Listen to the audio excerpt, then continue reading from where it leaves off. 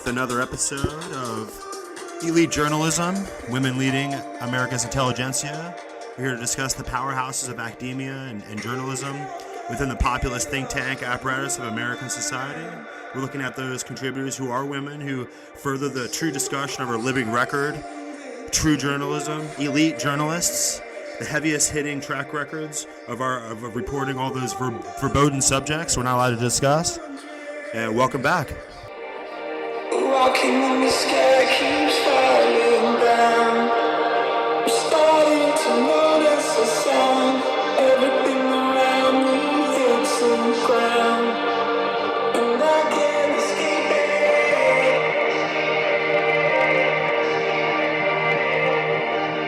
And I can't escape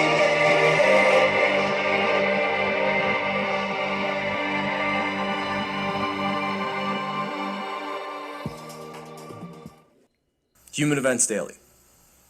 I say it at least once or twice a week. I've been saying it since the Mar-a-Lago raid took place. They were looking for those documents. They didn't care what was actually on the scene. They didn't care about these actual questions about obstruction. They didn't care about, are we really protecting the secrets of the country? Because remember, Mar-a-Lago is controlled by the Secret Service. So I don't even want to entertain any of these ideas for a second, but just keep in mind that all of Mar-a-Lago, the entire facility, is controlled by the Secret Service. The Secret Service, which are ordered to do what? Oh, that's right, protect national security.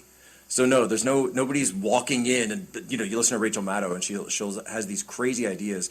Joy Reid and Chris Hayes, these guys, Ari Melber even. Ari used to be good, but he's gotten completely insane lately. He's just got off the deep end for the liberal wine moms that usually just watch Jake Tapper. They are sitting there thinking that Trump is actually selling our secrets. No. Here's what's going on, okay? Here's what's actually going on.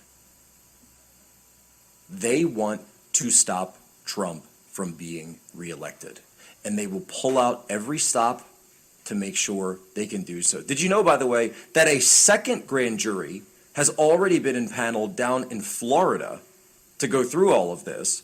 So they've expanded the investigation so much that they said, one grand jury isn't enough in Washington, D.C. We're going to have another grand jury down in Florida so we can indict everyone around Trump as well. That way we make sure that the populist movement, the nationalist movement, the movement of people that aren't directly tied to the oligarchs, to the money, the moneyed interests, the special interests, the multinational groups,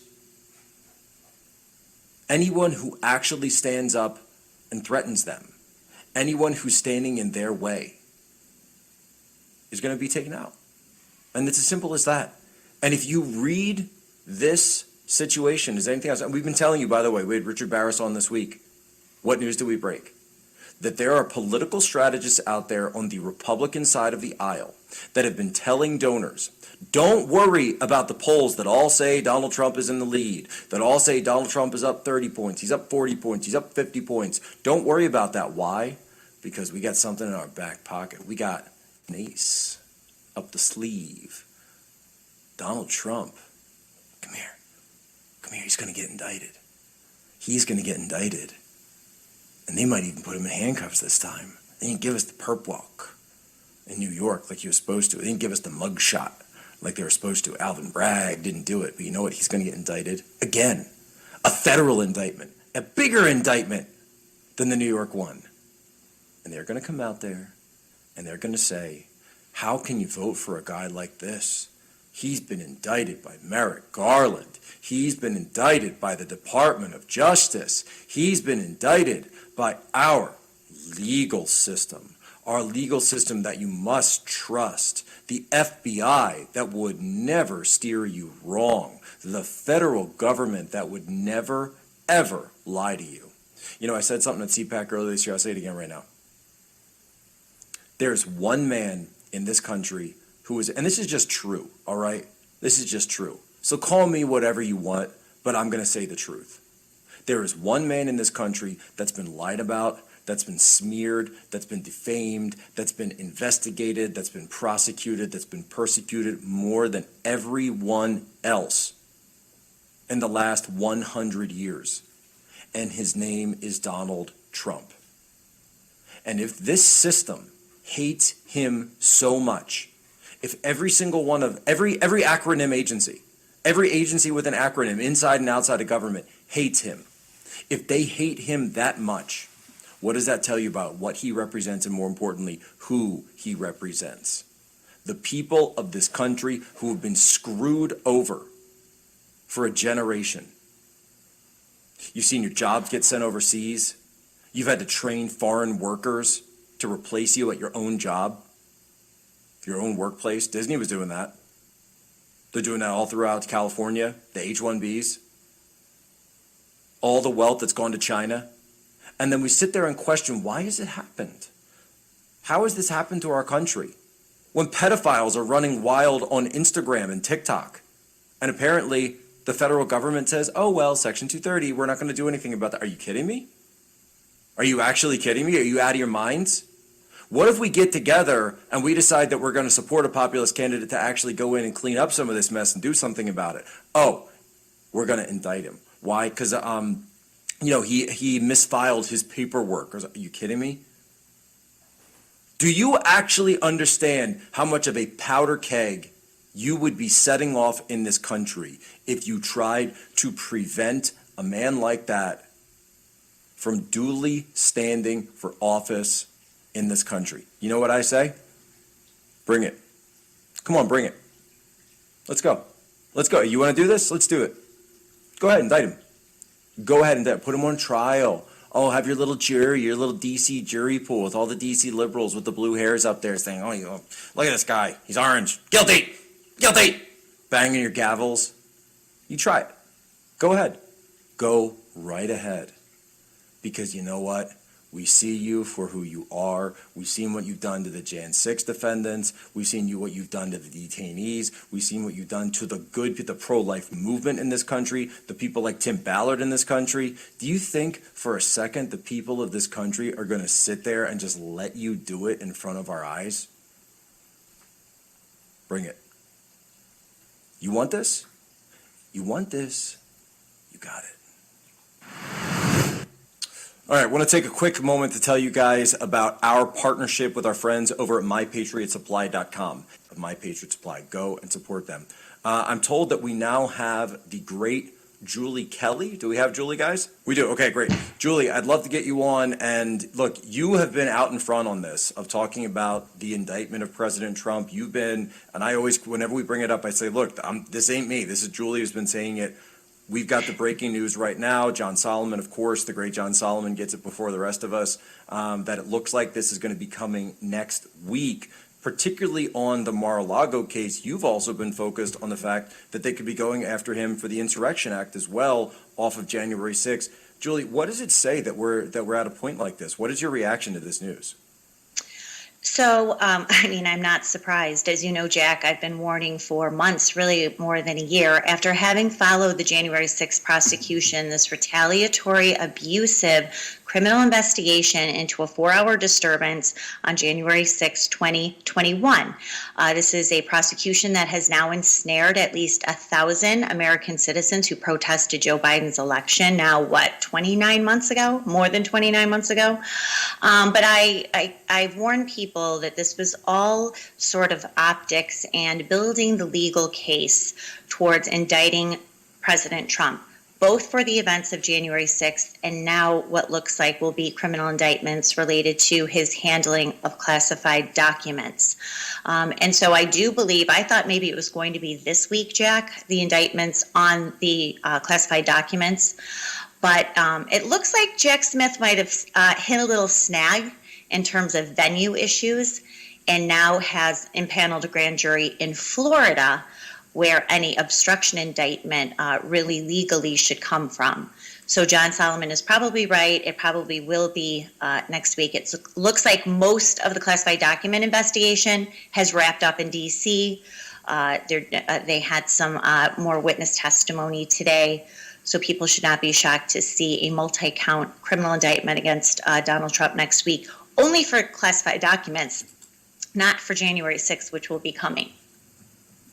Now, let me look at that for a second and tease that out if we can. Would that, I mean, obviously we're in completely uncharted waters here. This has never been done before. No former president has ever been charged federally with anything. Would you then be leaning towards seeing, or could President Trump be potentially looking at charges in D.C. and Florida through this separate grand jury? Is that something that could potentially happen? Right. So Special Counsel Jack Smith is investigating both events separately, the classified documents case and January 6th. The January 6th criminal indictment will come from D.C. That's where all the activity has been. Jack Smith was appointed in November. He sort of picked up where DOJ had left off, or not left off, to give the impression, Jack, that the DOJ is independent and that Jack Smith would work independently. Of course, he is not. So those criminal indictments will come from Jack Smith out of D.C. probably now next month or August. The classified documents indictments could be both D.C. for taking classified documents. Kind of depends on when he took them or when they were sent. Was he still president? Did he take them on the plane with him? When did this all transpire? But aside from just the classified documents allegedly mishandling, Smith has been building an obstruction case. And Jack, any obstruction case would have to be tied to events at Mar-a-Lago, including meetings with his attorney, meeting with federal investigators, and anything he would have directed his staff at Mar-a-Lago to do with boxes allegedly containing those classified documents. But as I tweeted today, it looks like Smith might also pursue an espionage charge violating the Espionage Act, where he would accuse Trump of using classified documents to sort of undermine the security of the United States. But look, people cannot put anything past this DOJ against Jack Smith, against Beryl Howell, who's the chief judge, was the chief judge in the D.C. District Court, who has acted as a rubber stamp for the DOJ, and Jack Smith. So this is quite the legal peril for the president. And Jack, for all the times we've heard the walls are closing in on Donald Trump, this time, unfortunately, it's true. And it's going to be a twofer. It's going to be classified documents, and then the big one, which will be January 6th indictment. No, I think you're exactly right, Julie. And look, I say this on the show. I've said it every time, and it's not even my line. It comes from my wife. So, I've made no abrasions about it that my wife was born in the Soviet Union. She comes from that part of the world. She came to the U.S. to get away from this type of thing, to get away from this type of government. And she said that when she saw that raid at Mar-a-Lago, we're coming up on a break, but when she saw that raid at Mar-a-Lago, she said, you know what? I know what comes next.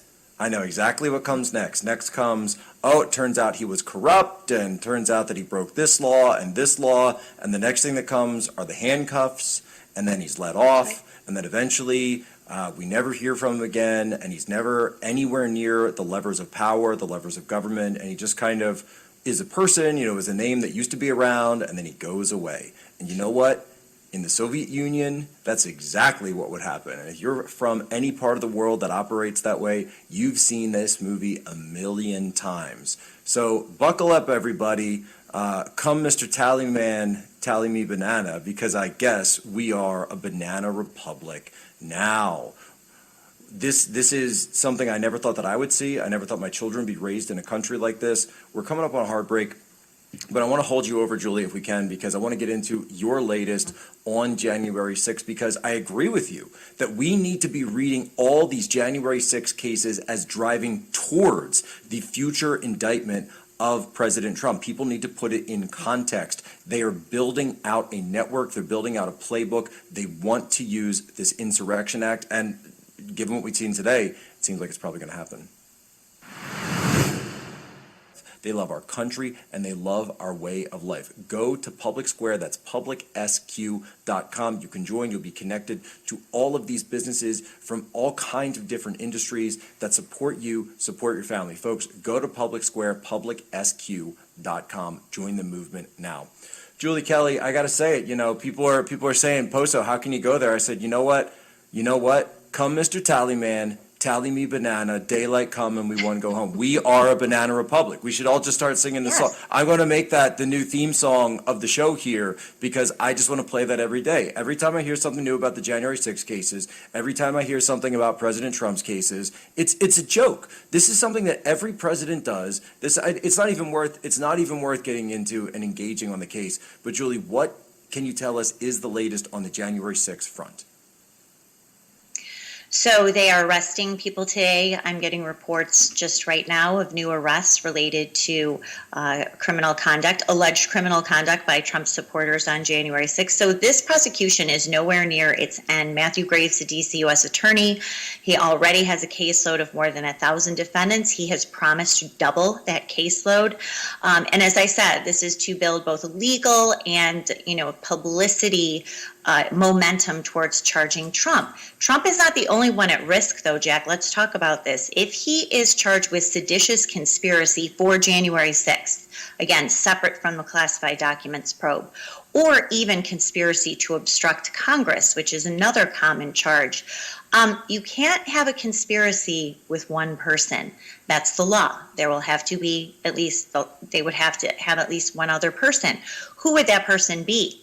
Could it be John Eastman? Could it be someone like Jeffrey Clark? Could it be numerous members of Congress who were, of course, involved in that day in disputing the Electoral College vote results in at least 6 states?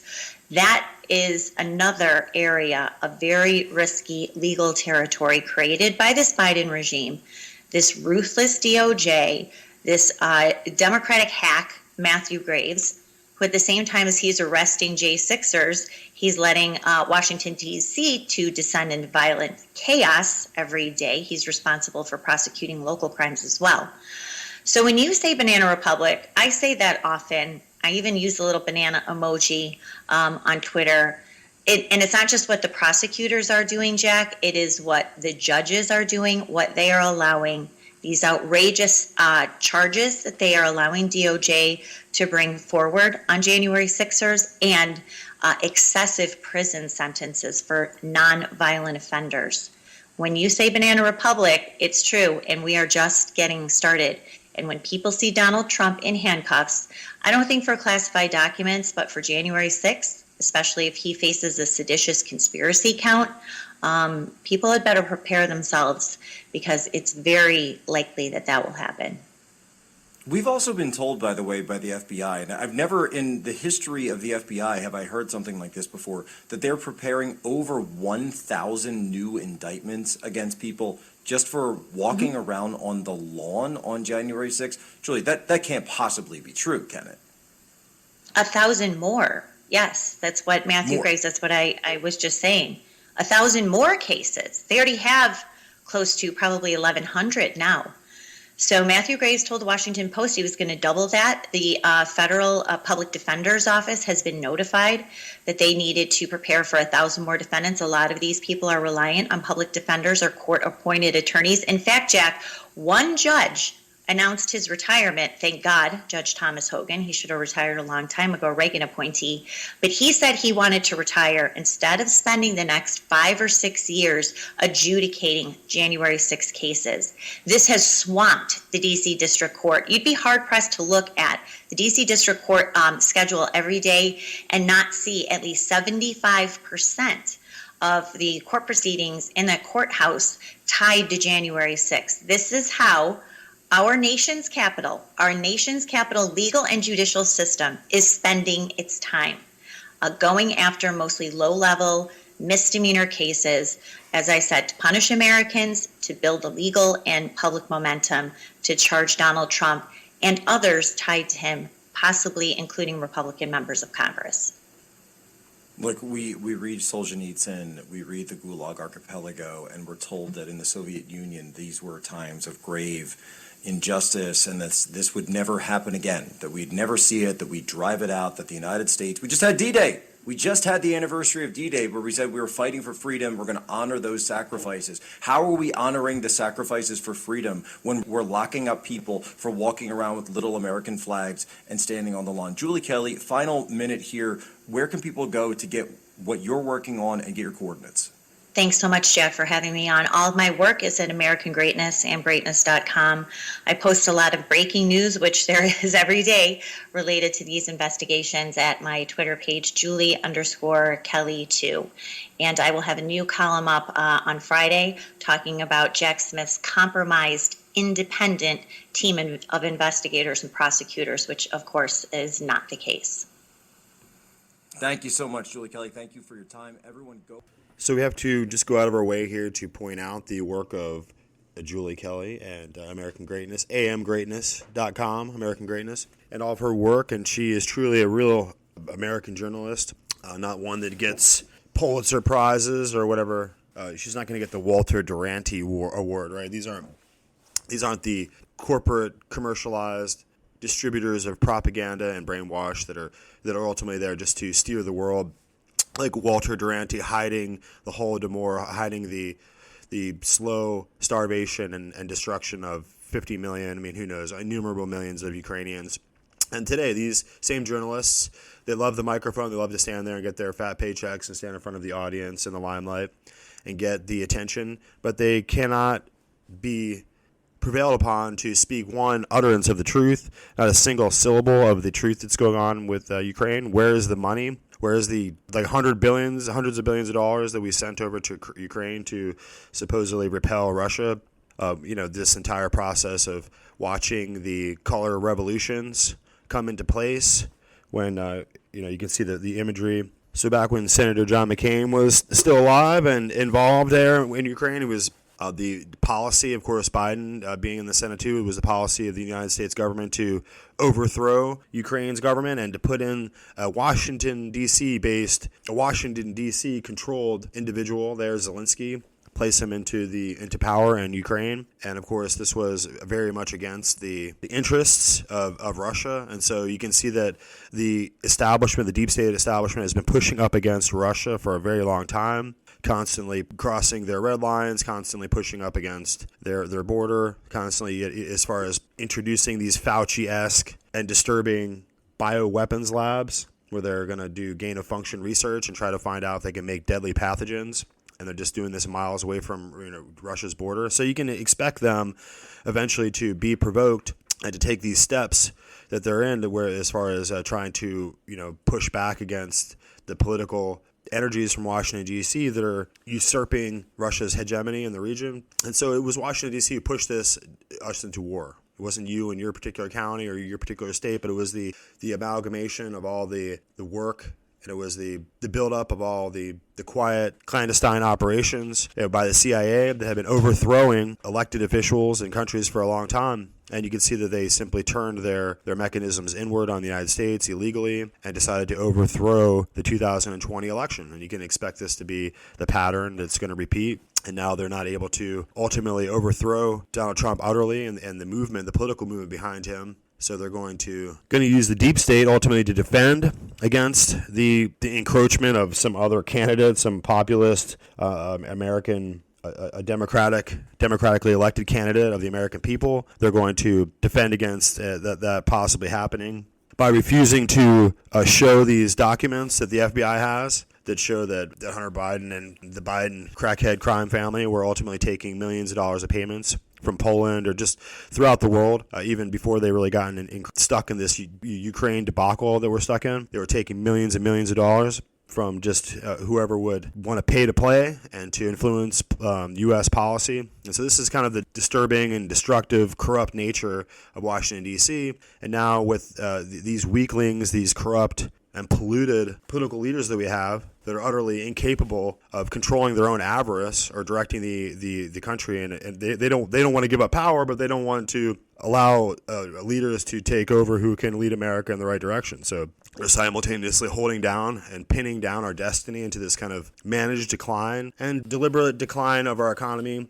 through the policies of Joe Biden and the Obamaites, the Obama worshipers that are up there in Washington, D.C. And they're going to defend against the exposure of Biden as a corrupt criminal enterprise, and they're going to simultaneously attack Trump by trying to do everything they can to indict him with 50 indictments and put him in prison for the rest of his life when he is really actually the real elected president of the United States. You have to recognize that, well, if you're wrong and Biden didn't win that election and was totally fraudulent, industrial scale overthrow of our election system and a poisoning of our democratic system here in the United States, just to give the policies of Hillary Clinton and Obama and these other deep state atrocities, to give life to their policies around the world in order to, further American decline and further the empowerment of a global world order that we see coming into place. And that's why it's so important for them to preserve the gains they made with the World Health Organization and to allow China to take over the economic hegemony of the world through the World Trade Organization. So they have to allow these mechanisms to exist, even if they're responsible now for edging America closer to our demise. And so now we have to resist these global organizations. We have to maintain our nationalism as a sovereign country. And we have to work hard to somehow put in,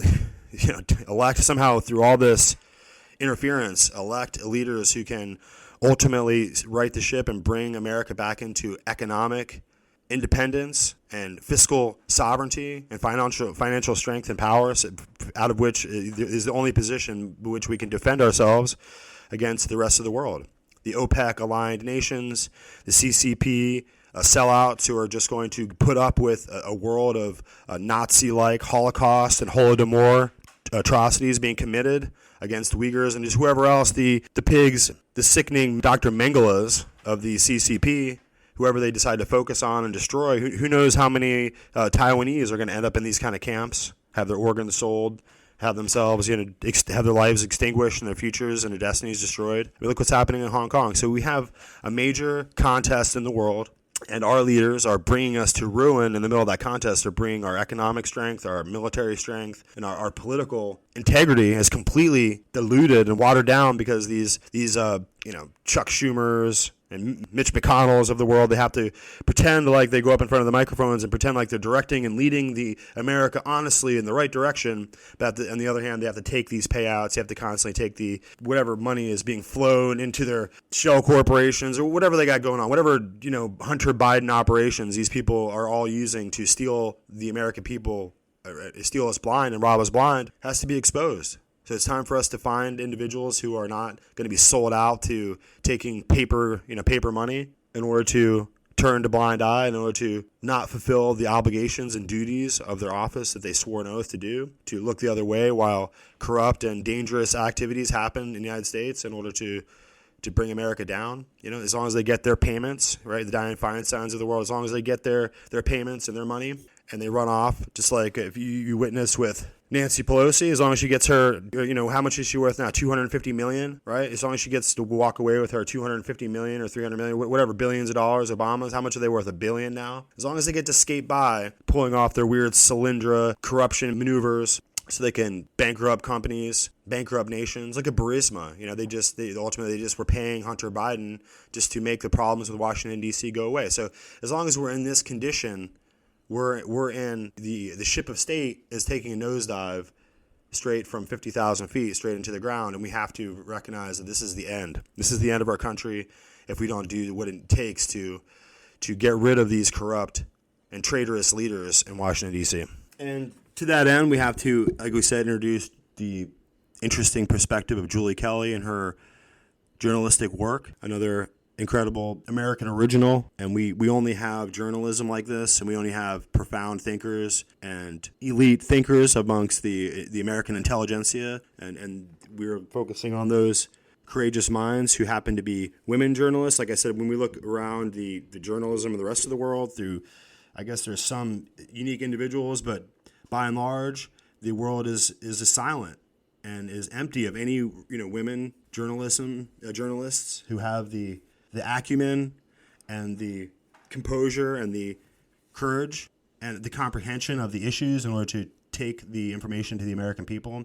And so only here in America do we have women who have reached this level of excellence. And it's in this environment, in this democratic constitutional republic here in America, created by Protestants and free men who were working hard to make sure that their children wouldn't be enslaved to the nobility and to the ubiquitous terrors of the Inquisition and the papal throne that sought to enslave the entire world to their religio-cultic rituals there in Rome. And so we can see that we have very courageous people here in America, very courageous women especially, beautiful, profoundly intelligent, and courageous, who are going to take the mantle of the freedom of speech and the freedom of the journalistic press and the expression of the truth, even in times when the expression of the truth is a revolutionary act. So we have to listen to more to our elite journalists like Julie Kelly.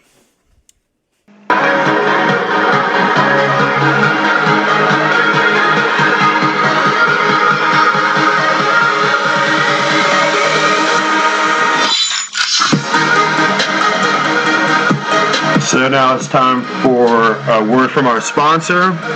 And as you know, our sponsor is courageously helping us to keep our show going here. So it's wendyslimited.com.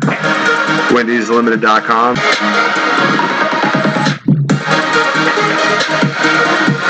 So wendyslimited.com. wendyslimited.com has all the hottest new styles and couture trends and latest boutique women's apparel and shoes and heels and flats and all kinds of just wonderful stuff. You have Hives and Honey jewelry armoire. It's been a favorite lately. And we have, of course, Windsor crystal lamps. I have one in stock in particular that has been a favorite. So wendyslimited.com is always open to help you get everything you need. Awesome Prada purse that we saw that Wendy's Limited just put up. So we have to think who out there wants to get incredible Prada fashion couture. You know that from what I hear, they're a favorite of many, many ladies out there, many women all over the place. In fact, I think you cannot find a single family member or wife or sister or aunt or grandmother or loved one or girlfriend or what have you that does not love Prada purses. So if you want to be totally awesome, you have to eventually come to grips with wendyslimited.com. Wendy's Boutique Limited has all the hottest new styles and latest women's apparel, everything you need to be totally awesome. If you're a woman or if you have a woman who's someone that you love. And of course we all love women because they're just so awesome. That's why wendyslimited.com is so successful. So go check out Wendy's Boutique. wendyslimited.com is the only place to go. And we have to recommend, she's been totally 100% awesome to us and generous. So we are always going to be buying our jewelry, fine jewelry, gold and silver jewelry, and all of our best boutique, couture, and designer trends. We're going to go to wendyslimited.com. So check out Wendy's Boutique Limited.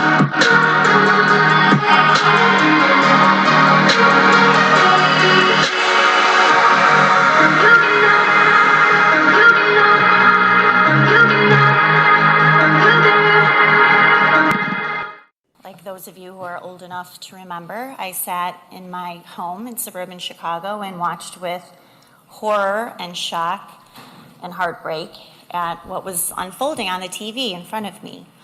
At the time, my oldest child, my daughter, was 10 months old, and I remember thinking two things. What sort of world what sort of world is she going to grow up in? What's going to happen to our future? What's going to happen to our country? What's going to happen to the world? And I also remember being so grateful that she was too young to explain what was happening. Well, here I am, 21 years later. She is here with me today, Victoria. She just started her first year in law school. And never did I think 21 years later that I would be explaining to her how our government is turning the weapons of war, the first set of tools and authority created after 9/11 to go after international foreign terrorists, now being aimed at half the country and using those weapons in a truly disgraceful, destructive, and dangerous way. Now, how we are using that war on terror against the political right, especially Trump supporters, is the pretext for that is the 4-hour disturbance at Capitol Hill on January 6th, 2021. When our government, and the ground zero for this war against terror, war on terror against the American right, is the U.S. Department of Justice. They consider what happened on January 6th an act of terror. Christopher Wray, FBI director, sat before the U.S. Senate in March of 2021 and said that the FBI considers what happened on January 6th an act of domestic terror. And they have since then treated any American, even tangentially involved in what happened that day, from Donald Trump down to Indiana grandmothers, veterans, college students, as domestic terrorists. What does that involve? Well, the same tools, the same capabilities. In many ways, it has been expanded and enhanced.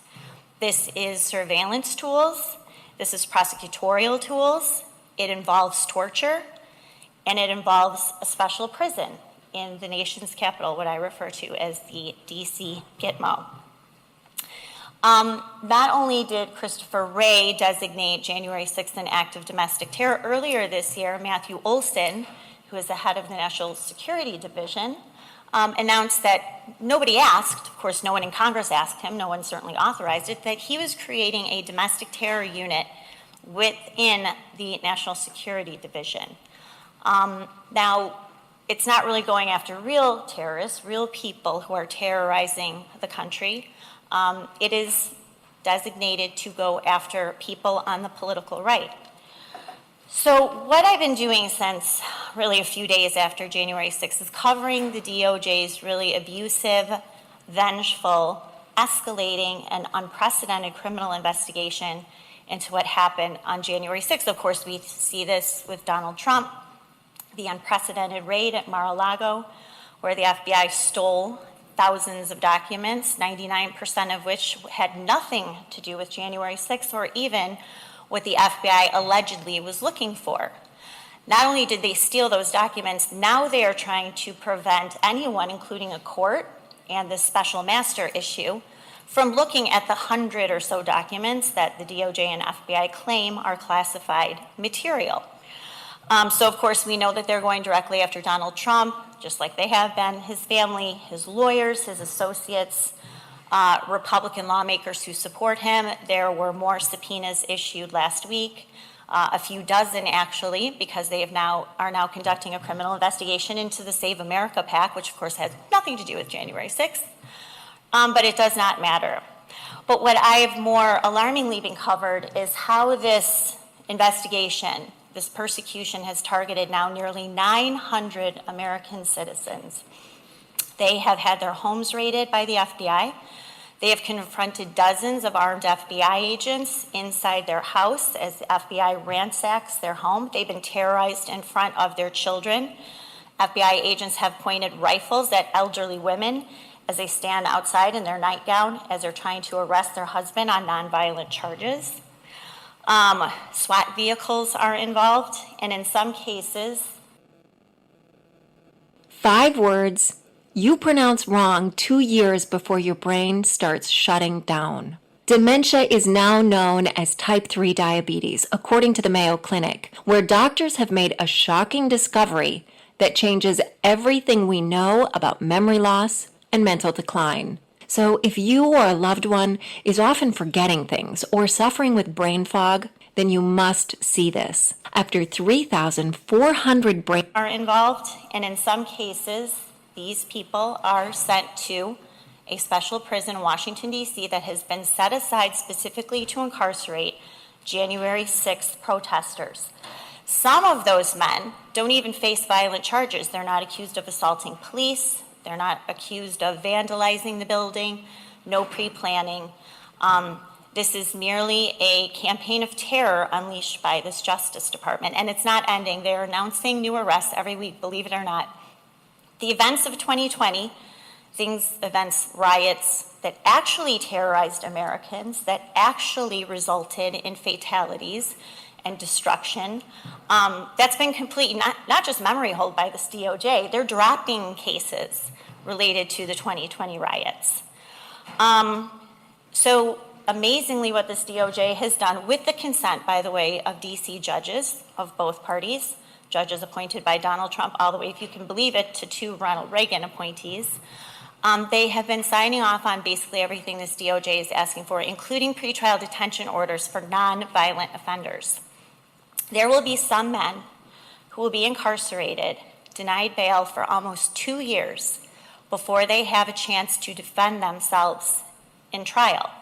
Now, of course, the worst part of this is these trials are happening in Washington, D.C., where the DOJ now has an undefeated record before D.C. juries, all guilty verdicts, unanimous guilty verdicts, of course, on every single count, on every single January 6th defendant in record time. So, of course, with this knowledge, a lot of these people who have been apprehended and charged are forced into terrible plea deals because they know they have no shot in front of these DC juries. So what are some of the counts that this DOJ is going after people for? Obstruction of an official proceeding. I believe that this will be the felony count that they will eventually indict Donald Trump on. Conspiracy, and then the parading in the Capitol. Parading in the Capitol, a Class B low-level misdemeanor, which usually somebody gets a slap on the wrist if they're charged with it, and they're on their way. Not so for January 6ers. This DOJ has sought months in prison for people who either plead or are convicted of this parading misdemeanor. What's worse is what's happening with the obstruction count.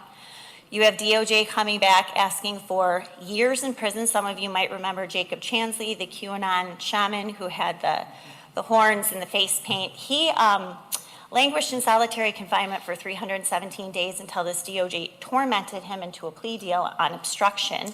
He was allowed into the building. He was talking with police officers. It's all on tape. DOJ asked for 41 to 51 months in prison, and Royce Lamberth, a judge appointed by Ronald Reagan, sentenced him to 41 months in prison. What's worse now is with these convictions before these DC juries, DOJ now, run by, of course, Merrick Garland. The Deputy Deputy Attorney General is Lisa Monaco. For those of you who are experts in intelligence, I'm sure her name is familiar.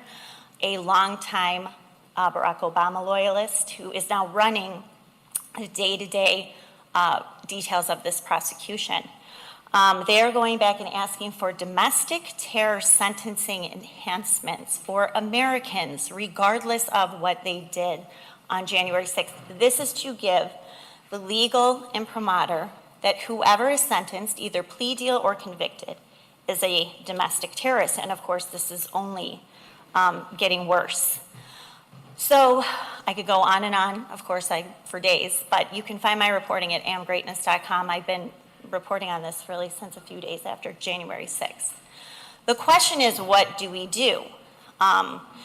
This is a huge issue for the base, as everyone knows. They understand what this DOJ is doing. They understand what this FBI is capable of doing.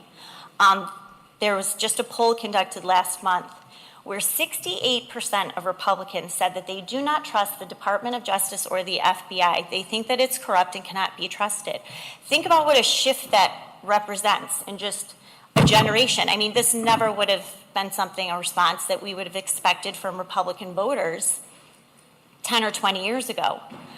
But of course, our biggest problem is a Republican leadership who refuses to acknowledge and admit and confront what is happening with this DOJ and this FBI, aside from writing a few mean letters and posting a few harsh tweets on social media. That's not a solution. And because this DOJ and FBI was never held accountable for Crossfire Hurricane or anything that it's done, really for the 6-year period since Donald Trump was running for president, this is now accelerated in a really dangerous way. So what should Republicans do if they take control of the House or Senate? Number one, they need to shut down the U.S. Attorney's Office for the District of Columbia. This is the poison pill in the entire operation. It's run by a man named Matthew Graves. He was appointed by Joe Biden. He was a Joe Biden campaign advisor. He is the one responsible for the 900 plus prosecutions plus this crazy sentencing. Shut down the DC U.S. Attorney's Office. There's no need to have a federal prosecutor there going after Republicans, either lawmakers, the former president, or Americans across the country. Also, the FBI is irredeemably corrupt. It is not salvageable. Look no further than the Whitmer Fed-napping hoax, as I call it, and what the FBI did to stitch together a random group of innocent men to create this mirage that white supremacist militiamen tied to Donald Trump posed a lethal threat to the country, and also what they did to interfere in the 2020 election, because of course those arrests were announced as millions of Americans were voting for president. The larger question, one I'm sure we'll talk about forever, or at least until November of 2022, is how we force and compel our Republican leadership to confront this, to come up with a detailed plan of how they will shut down this operation, protect American citizens who are being unfairly prosecuted, having their lives destroyed, and more importantly, restore faith in the American people that our top law enforcement agency is trustworthy, not corrupt, and not acting as an enforcement arm of the Democratic Party. Thank you.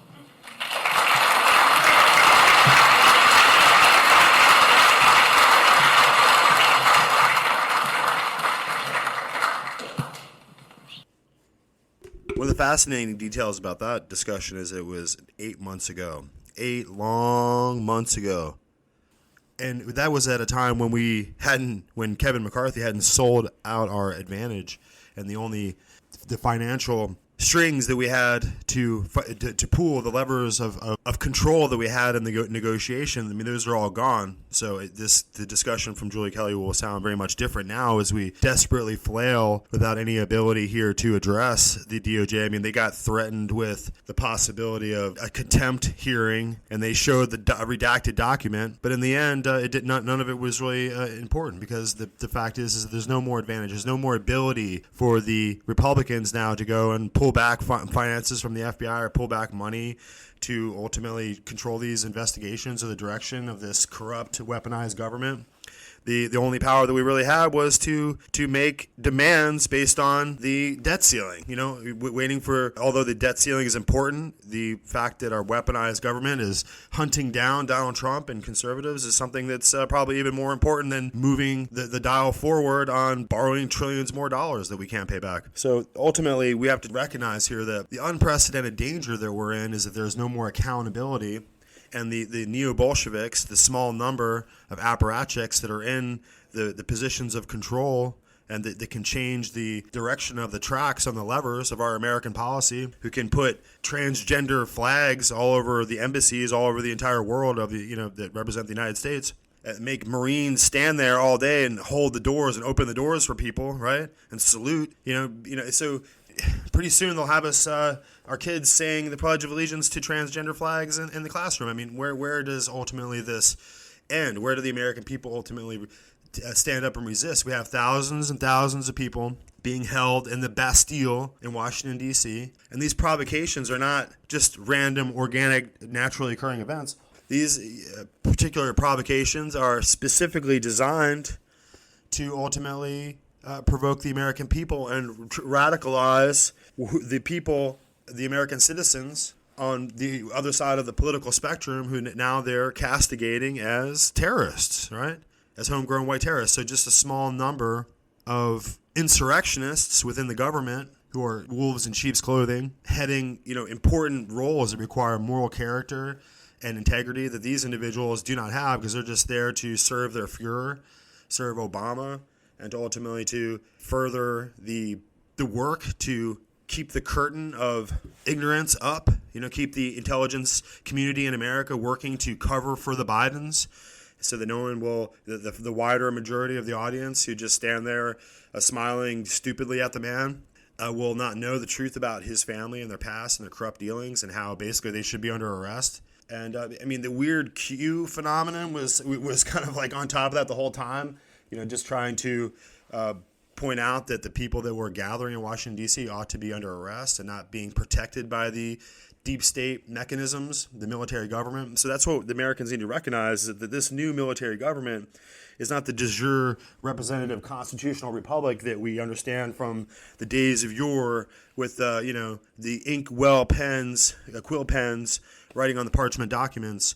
So now we're in a different world, where the entire apparatus of the military government being introduced in 1929, and ultimately in 1933. The whole plan is going to be ultimately complete, where we're going to have ousted the regular operations of the constitutional republic and the de jure representative popular government in America, and we're going to move to emergency war powers under the war powers commander-in-chief. And so the commander-in-chief now has absolute power. And you can see that they've put Joe Biden in there, and they're going to protect that position and that desk and that ability to get out the pen and write executive orders and veto documents and do all the things that the wartime commander-in-chief, the executive dictatorship of the Oval Office, is ultimately going to be something that cannot be overthrown from the American people, because the Trading with the Enemy Act and the Emergency Banking Relief Act and all the other subsequent legislation and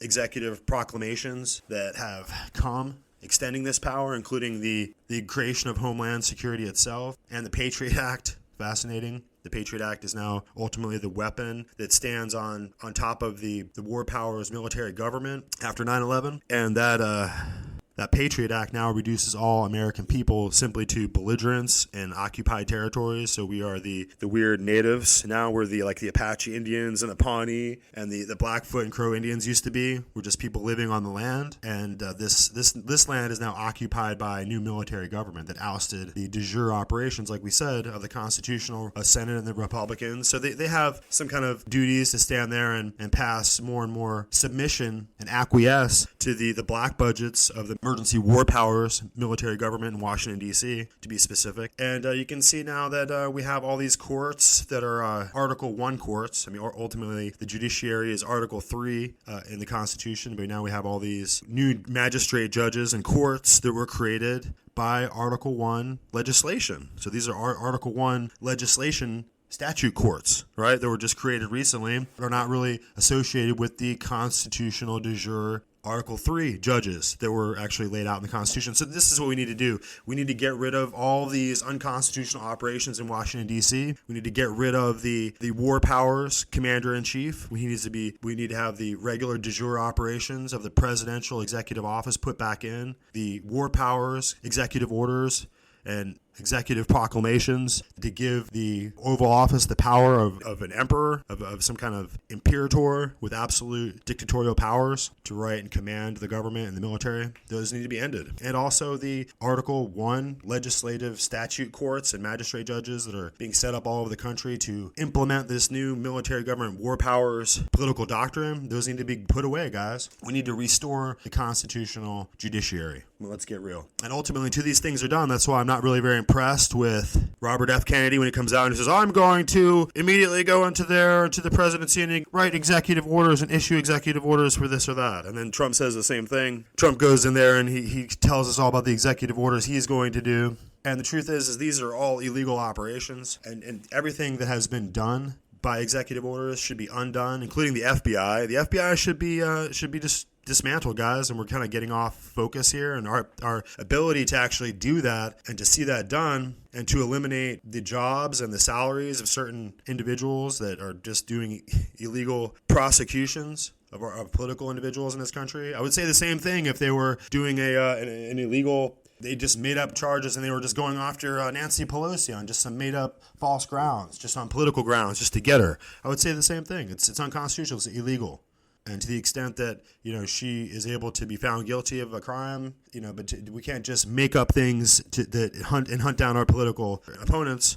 And if that's what we descend to, then ultimately our country is lost and our republic is dissolved in that kind of Hegelian dialectic in the first place. So you have to recognize the most interesting part here of Julie Kelly's comments is simply that she's at a 9/11 event last year, 9/11/2022, and she discusses at the very beginning how awestruck and how devastating and how shaken everyone was with the events of 9/11, but her total belief in the idea that somehow there was some radical Muslim terrorists who knocked those buildings down on 9/11, that doesn't come through. You don't hear her discuss that. Everyone is now going to go quiet on this idea of Al-Qaeda. We got to go in there and get Al-Qaeda. We got to go into Iraq. All those ideas now are going to, even Tucker Carlson just finds himself, you hear him out loud excoriating himself over the idea that he would have applauded that. And really no one knew any different at the time. No one knew how enthralled we were to the deep state at the time and how in control of our government skull and bones operatives were, like John Kerry and so on, and George Bush. And so people weren't totally informed, and the people hadn't really kind of become aware of the clandestine occult power structure that runs Washington, D.C. And so all this new information is going to come out. It's time for the American people to be made aware. And we don't expect you to go. You guys, everyone complains about conspiracy theories, but all I hear on the news broadcast is about UFOs. So pretty soon they're going to have you guys believing in reptilians or anything else other than getting a real direct look at what we're dealing with here in the United States with the CCP, the Federal Reserve System. And come on, get over with the UFOs. Get over it. They have been having these kind of this technology with DARPA. I mean, look at if you go to Area 51. That's where the UFO sightings are, right? I mean, get a grip. This drone technology, the ability to have fast-moving objects in the sky, and as far as like really fast-moving laser glowing balls in the atmosphere and the clouds, I mean, these satellites have a laser on them, and they can beam a laser into the clouds and move it around really fast. It doesn't mean that there's an alien inside the laser beam, right? The cat, when you have your red dot out and you have your little laser pointer at home, and your cat pounces around trying to chase and get the dot, the cat is obviously just as mystified as we are about UFOs. So there are the ability of orbitals in orbit to project images down into the atmosphere. They also have crafts, fast-moving, light, unmanned drone crafts. They have them for commercial sales now, and they've had them for the last 20, 30 years. And everyone thinks that there's UFOs. So just snap out of the delusion so you can break your mind out of the matrix there that they're trying to put you back into. But ultimately, let's stop focusing on UFOs and let's start to focus on the fact that America is being subsumed into this coming democide. It's a total destruction of the people for one reason or other. It doesn't matter which side of the dialectic you're on. You can be over here, you can be on the right or on the left. You can have black skin, you can have white skin. The plan for you here in America is for you to be destroyed by all this political chaos and by the wars that are ultimately developing overseas. And for the plan is for us to have no ability to defend against the invasion. So once they destroy our fleet in Taiwan and around the world, there'll be no sea power there remaining to block the invasion as it slowly moves across the ocean and comes towards America. And the invasion is coming, guys. So I need you to focus like a laser on the real politique, not on these delusions or whatever the mass media might drum up for you to believe and drink the Kool-Aid. It's time for you to focus on the fact that we have here in America lost our way. We're no longer operating on a constitutional government. The powers in our government are no longer balanced by checks and balances to keep the power separated from abuse and from becoming a tyranny. America is now no longer a republic, but an imperium, an empire, and a tyranny over the people. And those sellout CCP, Obama-worshipping pigs in the FBI are making sure that America goes down the tube instead of doing what ostensibly it should have been created to do, which is defend America's flag and constitution and people, and that is not going to happen. So if we don't step up now, we have to recognize that when they take down Donald Trump and they put him in prison for the rest of his life, that is the duly elected president of the United States of America. And so there's a lot of really good discussion and a lot of really good information that Julie Kelly, women leading America's intelligentsia, right, are one of our leading bearers of the modern truth, which is so under persecution, so endangered, so fragile in today's world that we have this very hidden and invisible string of truth that is ultimately prevailing over time here. But all the efforts in the world, every tech giant and tech elite, the Silicon Valley, every big bank master who's ultimately trying to direct the American economy into the hands of just a few of the largest banks in the world, and into cryptocurrency, right? And all these political pigs out there posturing and pretending and just using weasel words constantly to play act at, being leaders in states and real responsible statespersons of the American future.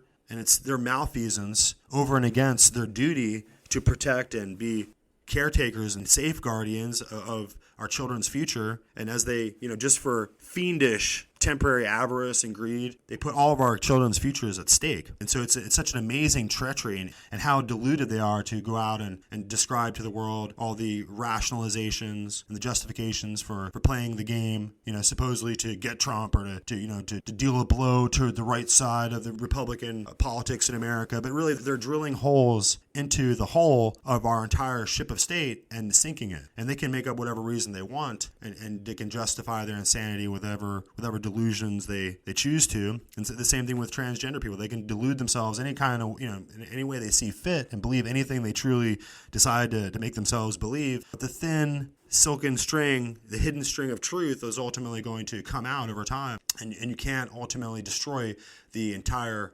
expression of the truth about the events that are occurring. So at every level, they're trying to obfuscate and murder the truth in every corner of social media and corporatized media brainwash all across America. But we have to remember who we are as Americans, remember what America was designed to be, and to withstand this small minority, this tiny percentage of neo-Bolsheviks and insane ideologues and Marxist psychopaths, right, and Obama worshippers, who ultimately have now decided they're going to damn us all to this fate of destruction. Just the way that we're in a position of trust with these people that we've sent up there as political leaders or put in positions as judges or as law enforcement officers, who now hold American citizens enslaved illegally on trumped up charges. They know they got them boxed in and tormented and being punished wrongly, right? So this is a miscarriage of justice in the extreme, and these people are well aware of it,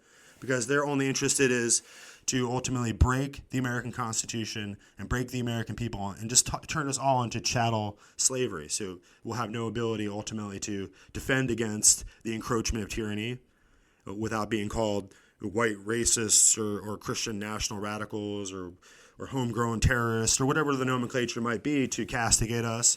And so this is just a continuation of the same principles that we saw all through the Dark Ages, the principles of the Inquisition, which are there just to castigate people in the community, to psychologically abuse the community into terror with real terrorism. This is state terrorism. They're saying that the people are the terrorists, but the terrorists are up in the FBI and the DOJ in Washington D.C. in the Department of Homeland Security, and they're terrorizing the president of the United States, Donald J. Trump, who they stole the election from and who they're now attempting on every level to send out their little, minions and sickening little Gestapo foot soldiers, right? Who used to be American heroes, but now they're just little Nazi Gestapo pigs running around with their badges and guns trying to terrify everyone. And they're getting ready to haul the legitimately elected president of the United States away and put him behind bars. And so far, it's just silence and crickets so far. No one has the courage to say a word about it. And those who do are just going to be destroyed as well. So it's time for the American people to stand up, and it's time for us to recognize, what needs to be done. And so these latest comments we're going to play right here are, instead of being comments by Julia Kelly from 8 or 9 months ago, these are more recent comments that she, in her discussion about the weaponization of the federal government against the people. What's the big idea? I'm grateful that you joined us. I'm the Congressman from Arizona's 5th Congressional District. I am joined today with a great investigative journalist, a great friend, someone who's brought forward many issues that I think are really timely for us, and that's Julie Kelly. She writes for American Greatness, which you can find at amgreatness.com. She focuses on politics. She's J6, the COVID lockdowns. She's the author of 2 books, Disloyal Opposition, How the Never Trump Right Tried and Failed to Take Down the President, and January 6th, How Democrats Used the Capitol Protest to Launch a War on Terror Against the Political Right. And boy, have they. And Julie, thanks for joining me today.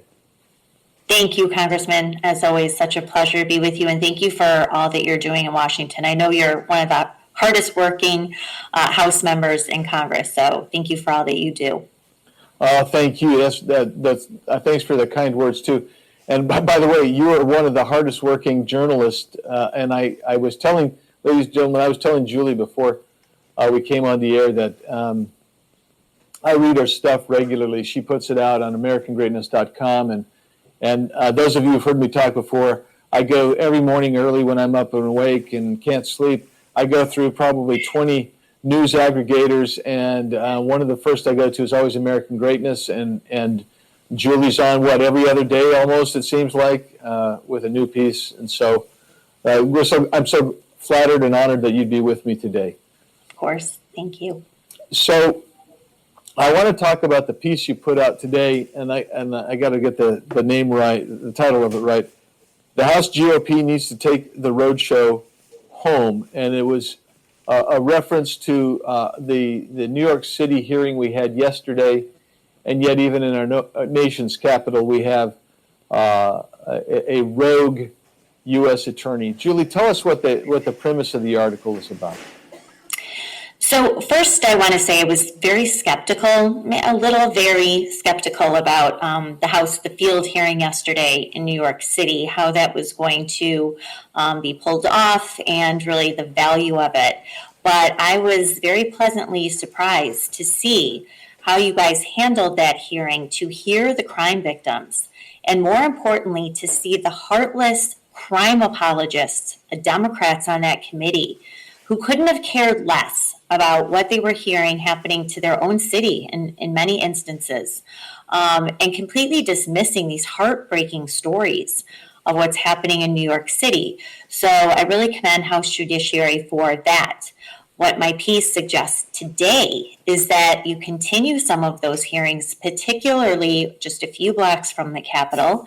DC U.S. Attorney Matthew Graves, the Biden-appointed U.S. Attorney, Biden campaign advisor, who is appointed to what is arguably the most powerful U.S. Attorney's office in the country, because he prosecutes both local and federal crimes. This is very unique for a U.S. attorney.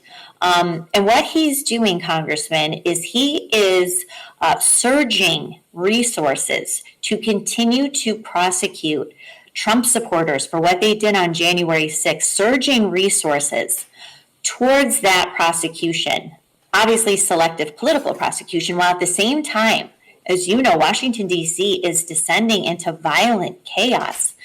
You have crime rates that are through the roof, armed carjackings, homicides are at a 20-year high. You go down the list of category of violent crimes. Matthew Graves is also responsible for prosecuting those as well, but he has one of the highest declination rates in the country, and you know what that means.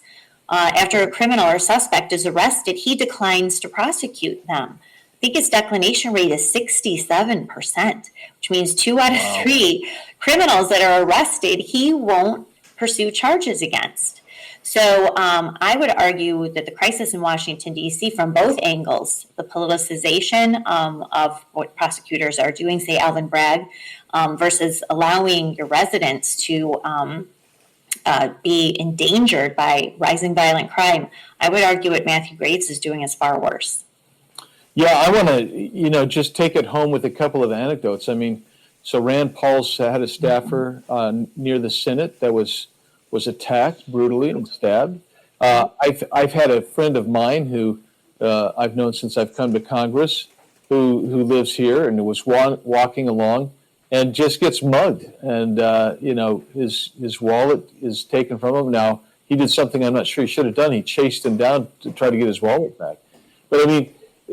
And this happens daily, and like you say, everything from carjackings. I actually had a former staffer text me that she had been the victim of an attempted carjacking, literally, again, right over by the Senate. And this city has descended into crime. It may be one of the most crime-filled big cities in America today. It absolutely is. And this can be laid at the doorstep of Matthew Graves. And so the idea, Congressman, that he is still rounding up Trump supporters. Yes. He is pulling U.S. attorneys from other jurisdictions across the country to handle the 1,000-plus caseload that he has for January 6th. He has threatened, he's told the D.C. courts and the federal public defender's office to prepare for another 1,000 cases. This is not ending. Yet, to your point, people can't walk around their nation's capital, people who work there go visit, with any sense of safety. I used to love to go to Washington, D.C. It's my favorite city. I loved walking around there. It's a very walkable, beautiful city. Go to the monuments. I mean, I'm with a lot of people. I don't feel safe going there at all. You want to just get in and out of there now. So Matthew Graves needs to be held to account for the chaotic, violent climate in his city. Furthermore, the selective, political, abusive, vengeful prosecution that he is leading against thousands of Trump supporters simply because they protested Joe Biden's election on January 6th. Yeah, I mean, that's right. And I think in some respect we can separate the two, but on one hand we can't. So on one hand, he needs to be held accountable for, like you say, for the crime-riddled Washington, D.C., the nation's capital. But at the same time, and I want to get into this just a bit more, I want to explore this ridiculous politicization of all of the branches of government, for sure, all agencies and bureaucracies, but particularly this guy. And by the way, the Democrats who controlled the budget gave him even more money to expand his operations in the last bill, because they're in on the grift. They are in on the political attack against people who identify as Trump supporters and those who showed up. And by the way, peaceful protesters. And if you don't believe that's the case, just look at what happens in these various capitals where we're seeing these anti-Second Amendment rioters show up, and the Democrats there are saying these are peaceful protests. That's right. I mean, I'm sure we're both talking about what's happening in Tennessee. Yeah. I mean, that's a chaotic scene. It's a sort of dangerous scene. Those protesters are organized. They're angry. They're coming far closer in contact with lawmakers than anyone did on January 6th. Yet these protesters and the leaders of that, the lawmakers, are heralded as heroes. They're not going to be facing felony obstruction or conspiracy charges. They're not going to be thrown into special prison for years awaiting trial, like we've seen with dozens of January 6th defendants. So, that's the thing that I think people tell me the most that they're outraged about. They want people who are engaged in violence on January 6th to be held accountable. But Americans are smart, at least the ones on our side, and they can see this double standard of justice and how unfair it is, unconstitutional, and un-American it is. And they want the rules applied equally to everyone, and that's just not what is happening, especially in the January 6th prosecutions. Yeah, I agree with you, and I get that every place I go in my district, and even out of my district where I go to speak, people will ask me about the January 6th prisoners. Mm-hmm. And they end up focusing on, I think there's 18, 19 left in the DC prison, but the DC jail. But the reality is there are more prosecutions that are going on, as you said, and this district, or this U.S. attorney has said he's going to expand the scope of that. This is outrageous. And at the same time, last night, I'm not sure most Americans know this, and I probably wouldn't have known it myself, except for I was down waiting to do my own special order on the floor. But the Black Congressional Caucus held 1 hour where they praised they called them the Tennessee Three, mm-hmm. and they talked about the people who came in, the rioters in Tennessee. So I'm not calling them insurrectionists. They weren't insurrectionists any more than the people were at the Capitol on January 6th. They were rioters, the people who got out of control. They were violent. These people were rioters, and the Democrat Black Congressional Caucus last night spent an hour talking about that they were peaceful protests, and that none of these people should be arrested. And that gets to your two-tier application of law and narrative that mm-hmm. you were talking about. That's right.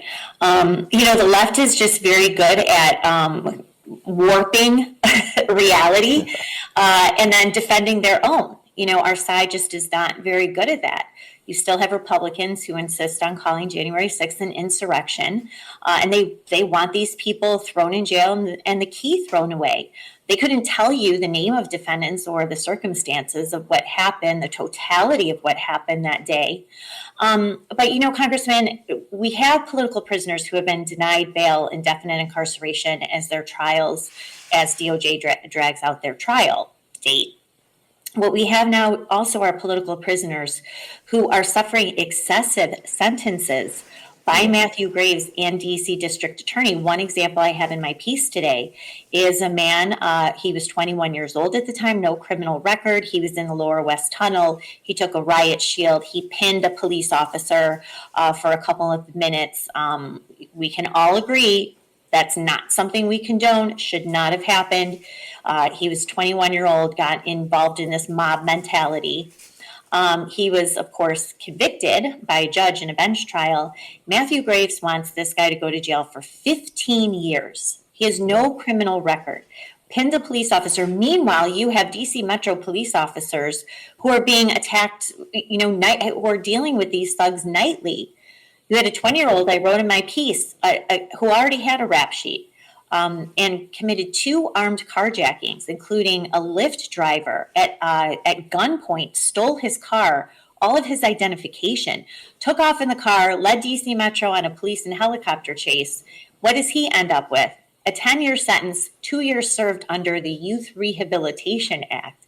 This is the sort of thing that's happening in DC. They want the book thrown at J6ers while they are, giving these lighter sentences, refusing to even charge violent criminals in our own nation's capital.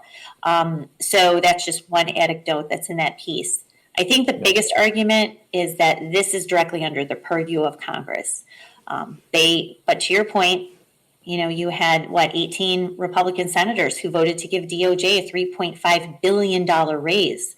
They just gave Matthew Graves $34 million to hire at least 100 more lawyers just to work on Jan 6 cases.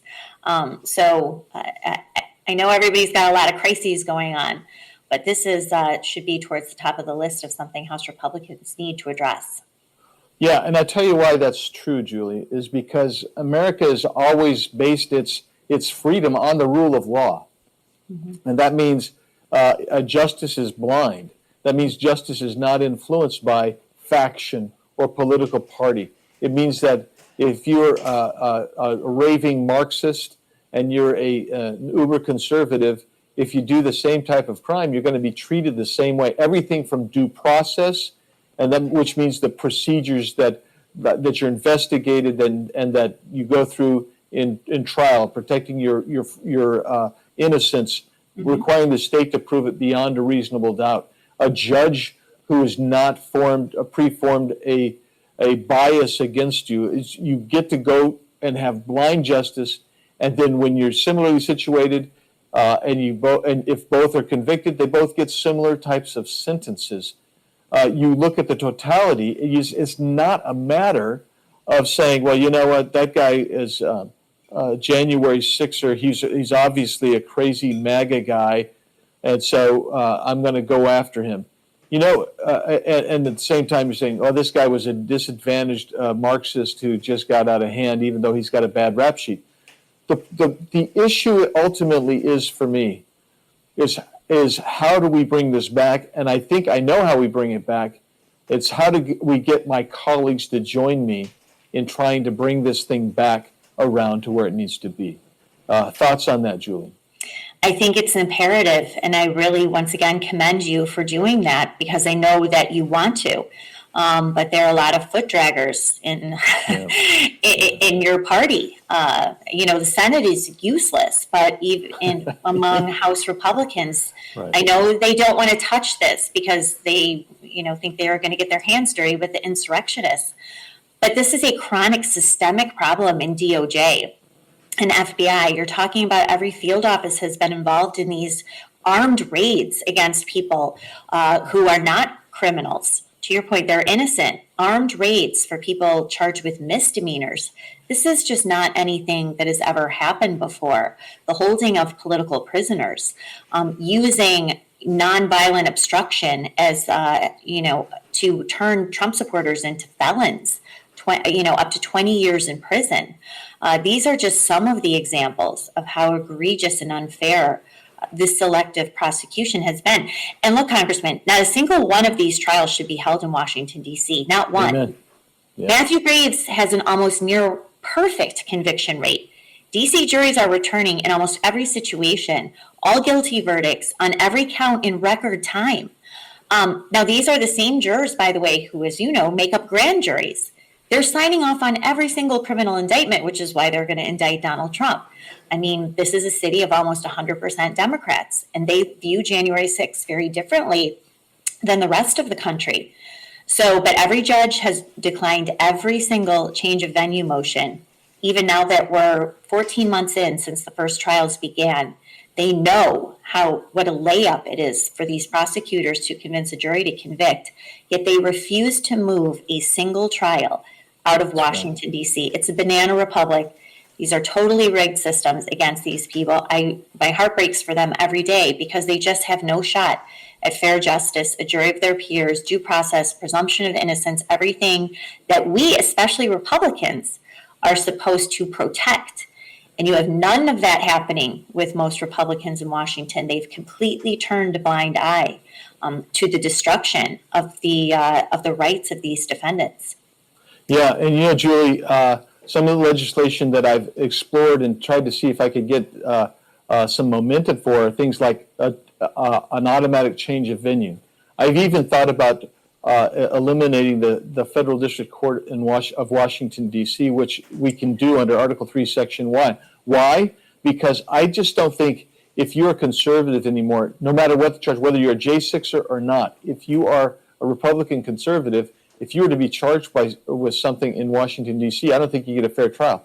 I think an effort to go after somebody like Donald Trump or like a member of Congress who's a conservative Republican, you couldn't get a fair trial. Nobody who is heterodox to the radical leftist orthodoxy of Washington, D.C. is going to get a fair trial. So I've thought about collapsing that district court and doing splitting the Ninth Circuit, which is something I've long wanted to do.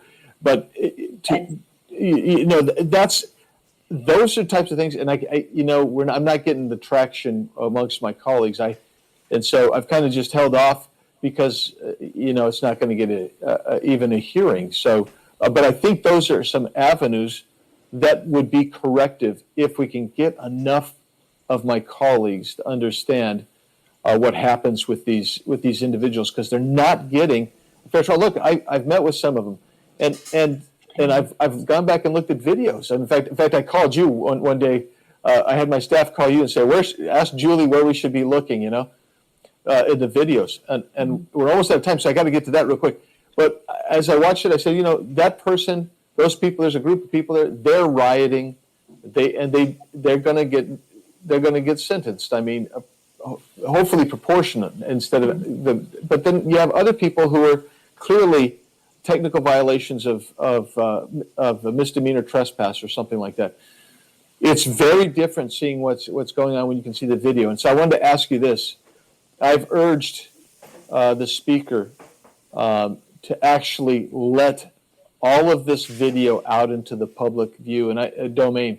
And the reason is I think there's crowdsourcing. We could get to the bottom of things, both good and bad, pro and con. Let the warts and let the chips fall where they may. What's your thoughts on that?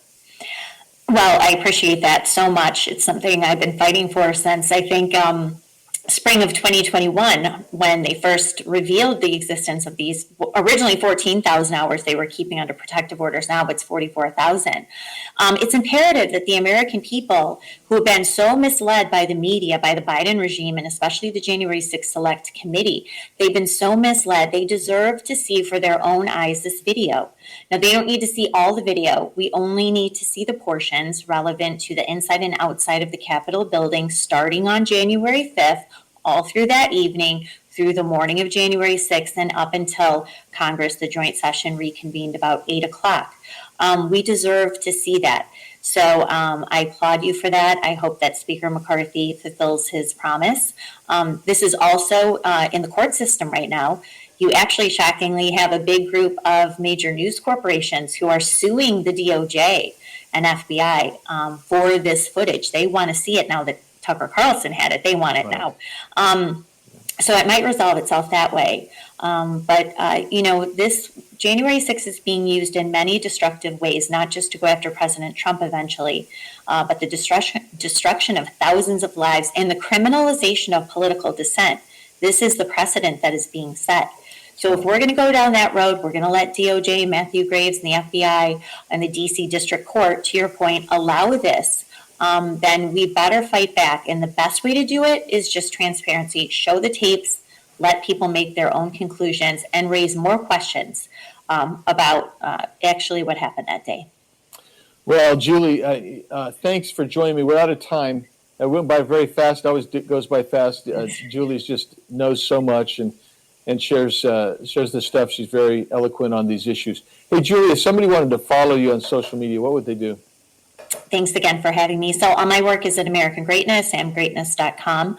I'm on Twitter a lot, Julie_Kelly too, where I update what's happening in trials and post court motions, etc. And I'm on Truth Social at Julie Kelly too.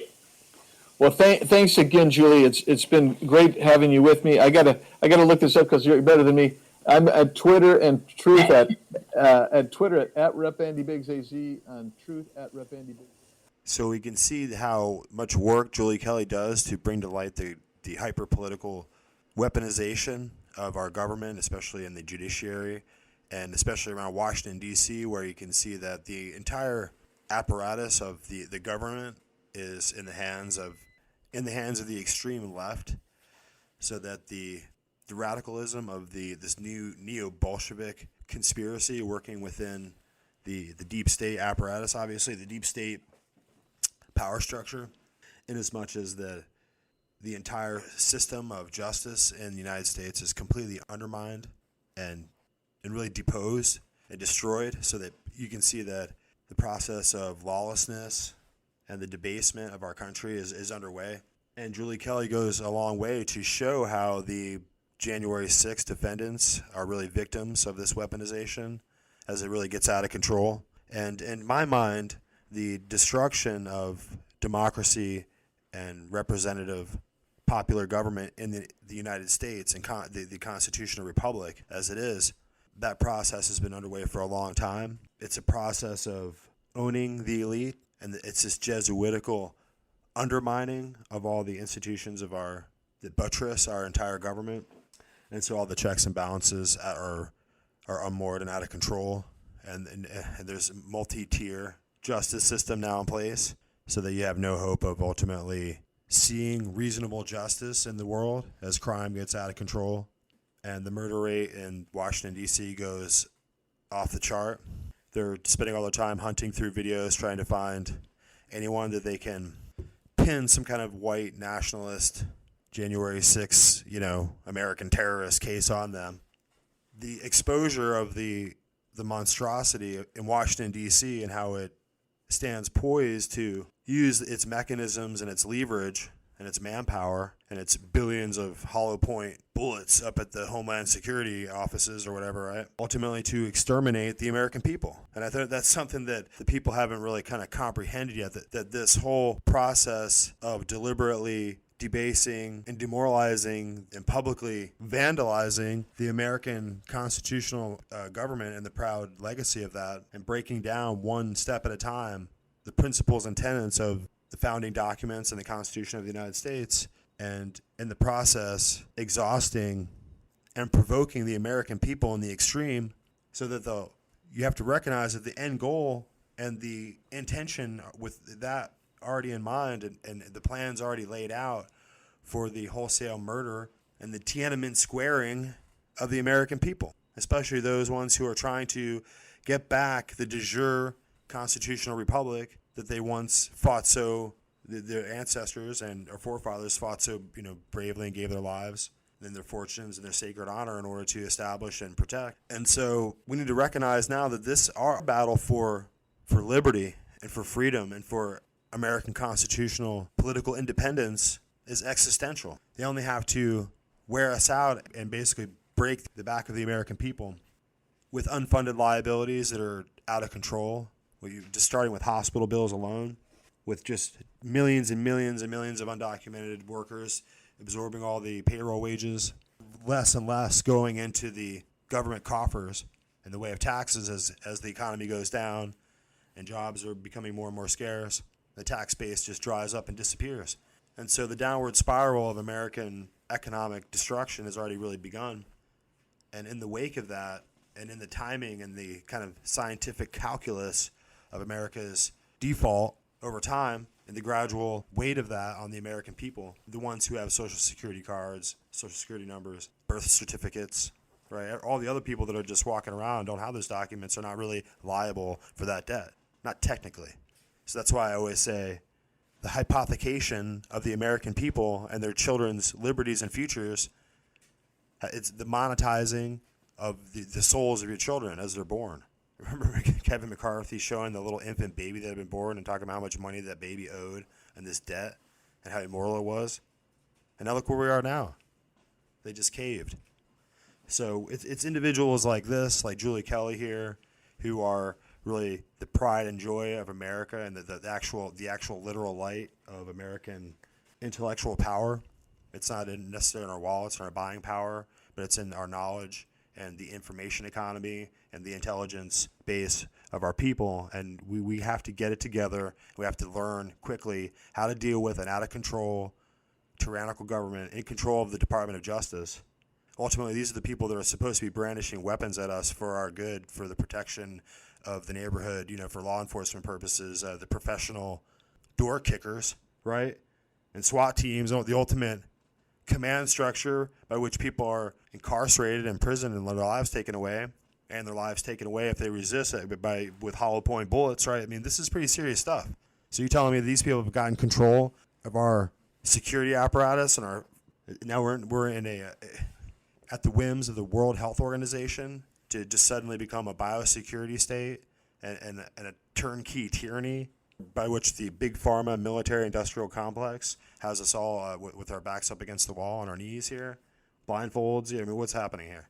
So we have to look to people who will tell us the truth, like Julie Kelly. For free when you subscribe today at bravebooks.com. Hello, everybody, and welcome to the Great America Show. I'm Lou Dobbs, and delighted to have you with us as we all fight to preserve truth, justice, and the American way. And as usual, we have a lot to take up here. Let's start with another top-secret document scandal, but this time not involving presidents or vice presidents, or at least not as far as we know now. But as they say, stay tuned. Here's what we do know about 100 top-secret documents, apparently all of them originating from the Pentagon, U.S. intel documents on everything from Ukrainian air defense emplacements to assessments of Russian and Chinese Mideast geopolitical policies. Or, as the Biden regime often claims, it's just all Russian disinformation. Vice President Kamala Harris going to Nashville, Tennessee, there to meet with Democrat lawmakers, two of whom are black and who were expelled from the GOP-led General Assembly because they led a demonstration on the assembly floor against gun rights. Tensions rising in Nashville, and you just know, with Obama also tweeting and Harris actually on the road, the Marxist Dems are planning something. The Biden regime has no plans to do anything about the J6 defendants still held prisoner in the D.C. Gulag. Some of them have been there, as we know, for more than 2 years, and still no trial. Prosecuted by mad Marxists and the Merrick Garland DOJ, and soon to be sentenced by corrupt D.C. District Court judges who've managed to preside over almost 70 convictions and only one exoneration in the Stalinist Jan 6 scandal, which will be a stain on the Marxist Dem Party for all time. The plight of the hundreds of J6 political prisoners, the heartless, vicious Marxist Dems prosecutors, judges, and jailers would never have had the public's attention without the superb reporting of journalist Julie Kelly. She's our guest here today. She's senior writer for AmericanGreatness.com. She authored the terrific book, January 6, How Democrats Use the Capitol Protest to Launch a War on Terror Against the Political Right. Julie, delighted to have you back with us here on the Great America Show. Thanks for joining us. overseeing the viciousness of the Marxist left prosecution of these political prisoners held in the disgusting and often brutal conditions is none other than Attorney General Merrick Garland. Your thoughts, Julie? Well, Lou, look, Merrick Garland is to the Department of Justice what Joe Biden is to the presidency and the White House.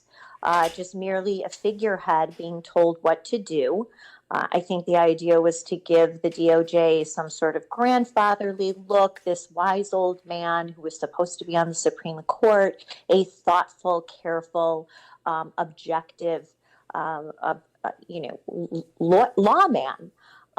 But look, he's really none of those things. He never has a straight answer for anything. He constantly gets his facts wrong. I think he was just caught up either today or earlier this week when he was pressed about the threat tag that was applied to parents protesting at school boards.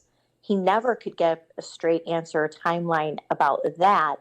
And then today he was asked by Representative Andrew Clyde directly about the indefinite incarceration, Lou, of American citizens who have been arrested and charged for their involvement in January 6th, some of whom have been in jail for over 2 years, denied bail at Merrick Garland's prosecutor's request, as the same Department of Justice plays every trick in the book to delay those trials.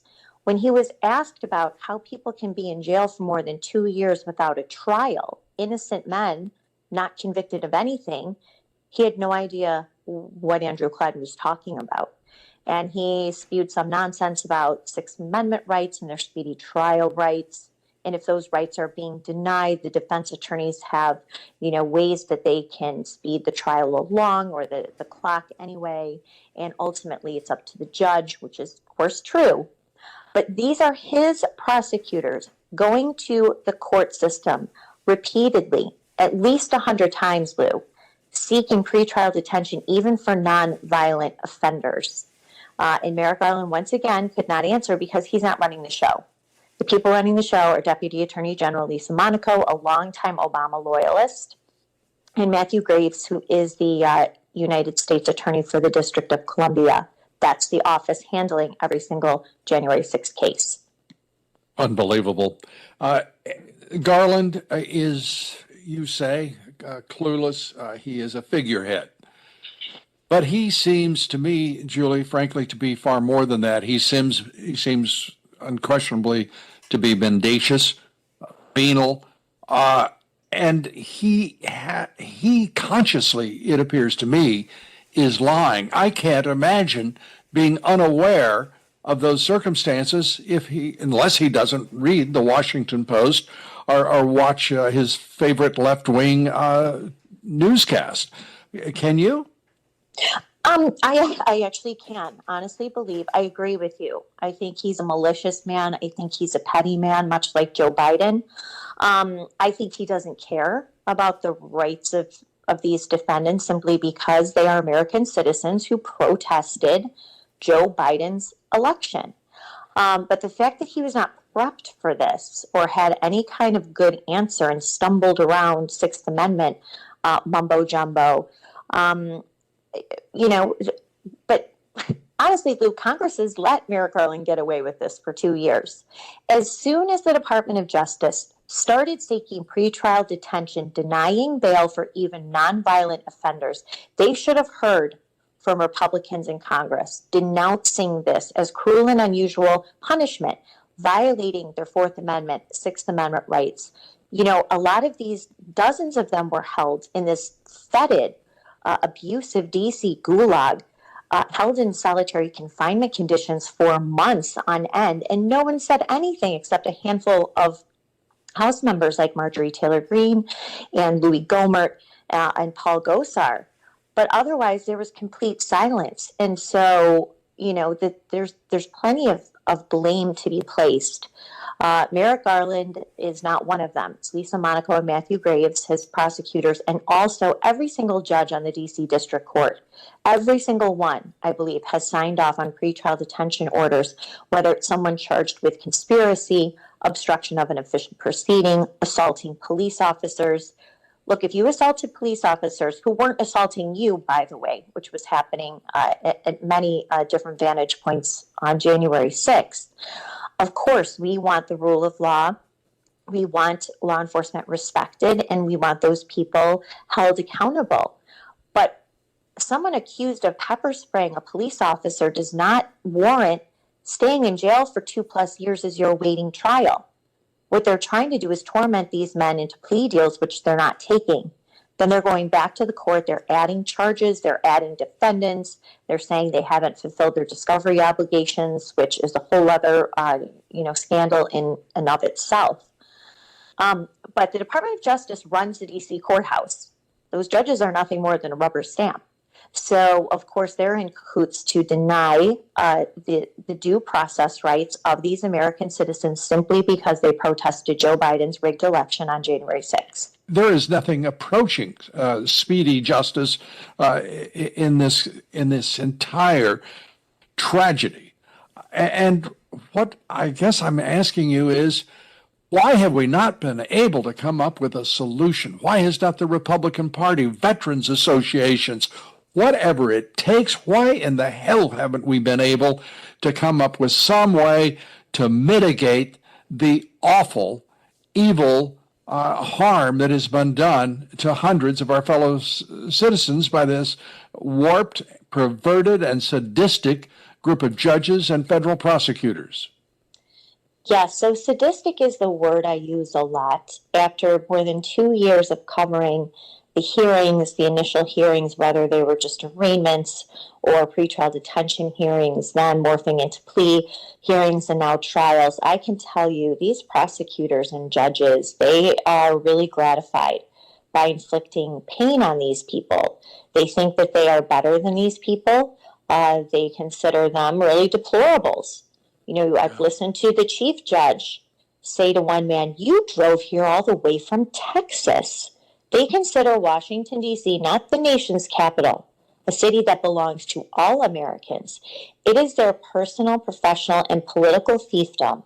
And how dare Trump supporters leave their backwater farms, from Indiana or wherever, and come into the vaunted sanctuary of Washington, D.C. This is how they've addressed and handled these cases. But let's talk for a minute about Matthew Graves. He's a Biden campaign advisor appointed by Joe Biden to head arguably the most powerful U.S. attorney's office in the country. There's a Washington Post article out this week blasting Graves for having by far the highest prosecutorial declination rate, meaning declining to prosecute criminals in Washington, D.C. It's, I think, 3 times as high as Cook County, Illinois. So he's being blasted for letting criminals on the loose. Well, of course he is, because his office is too busy prosecuting, 60-year-old women from Washington or Indiana or Virginia, which they just are charging this week, for walking into the Capitol building for 15 minutes, 26 plus months ago, committing no violent crime. The overwhelming majority, Lou, of these people have no criminal record. They didn't even know they were committing a crime. And yet their lives are being destroyed at the hands of Matthew Graves, who at the same time is letting the nation's capital descend into violence, lawlessness, mayhem. Look at what happened to a top staffer for Rand Paul over the weekend. He's walking out of a restaurant at 5:30 in the evening in a nice area of town and is stabbed in the head by a criminal, longtime criminal who had just been released from prison. I mean, he had life-threatening injuries, the Washington Post reported. So you have these truly violent, true domestic terrorists, Lou, on the loose in our nation's capital, while Matthew Graves and Lisa Monaco brand anyone involved in January 6th as a domestic terrorist. I mean, this is the sort of it's not even double standard, it's just sheer dystopian, something that's never occurred in American history. And yes, Republicans were far too late in saying anything. Welcome back. We're talking with Julie Kelly, senior writer for American Greatness. You used the word dystopian. I think it's a perfectly a good description of what has happened to our federal government. because it is corruption is pervasive, not just the Justice Department, not just the FBI, our court system, our prosecutors. The ugliness has spilled across the federal court system, into the post office, to the IRS, you name it. Almost every agency is blighted with corruption, and much of it Marxist-inspired. And that's not hyperbole in any way, folks, as you know. That is what is going on here as this Democrat Party tries to destroy what is fundamentally America. Your reaction, Julie, to it all? I think the left, to your point, they are Marxist. Call them communists, I think, or socialist certainly is too kind of a word. I mean, this is how a authoritarian Marxist regime exercises its power in the cruelest way possible, while the other side cowers in fear, and, they throw little darts here and there that they know aren't going to stick because they don't have the courage to do what needs to be done. I mean, look, we were here, almost 3 months after Republicans have been sworn into power. I haven't heard one hearing about January 6th, having any of these defendants or their family members come before the American people, explain what the Department of Justice and FBI have done to them, to their families, to their businesses and their communities. None of that has been happening. And so, as I said, everyone has a little bit to blame, but the left is being fully exposed for what it is. And I think a large swath of the American public is waking up to this as well. When you have a poll that came out of Rasmussen earlier this month, 61% of Americans think that federal assets provoked the events of January 6th. And also now realizing the degree of cover-up of January 6th, whether it's hidden surveillance videos, numerous FBI informants. Now we have video of undercover Washington, D.C. police officers chanting with the crowd pushing people towards the building. These are just some of the things that make Americans scratch their head and go, wait a second. Maybe what we thought we saw on January 6th wasn't actually the truth. Now, Democrats will never believe that because they're sheep and they're programmed to believe and regurgitate whatever they're told. But other critical thinking Americans, fair thinking Americans, are waking up to the fact that this was probably one of, if not, the greatest scandals in American history, an attempt to not just permanently overthrow Donald Trump and make sure he never returns to office, but drive a fatal stake in the heart of the MAGA movement. To that degree, they've not been successful. So that's why you see Matthew Graves threatening to round up another 1,000+ Americans related to January 6th. Matthew Graves, Monaco, I mean, you look at this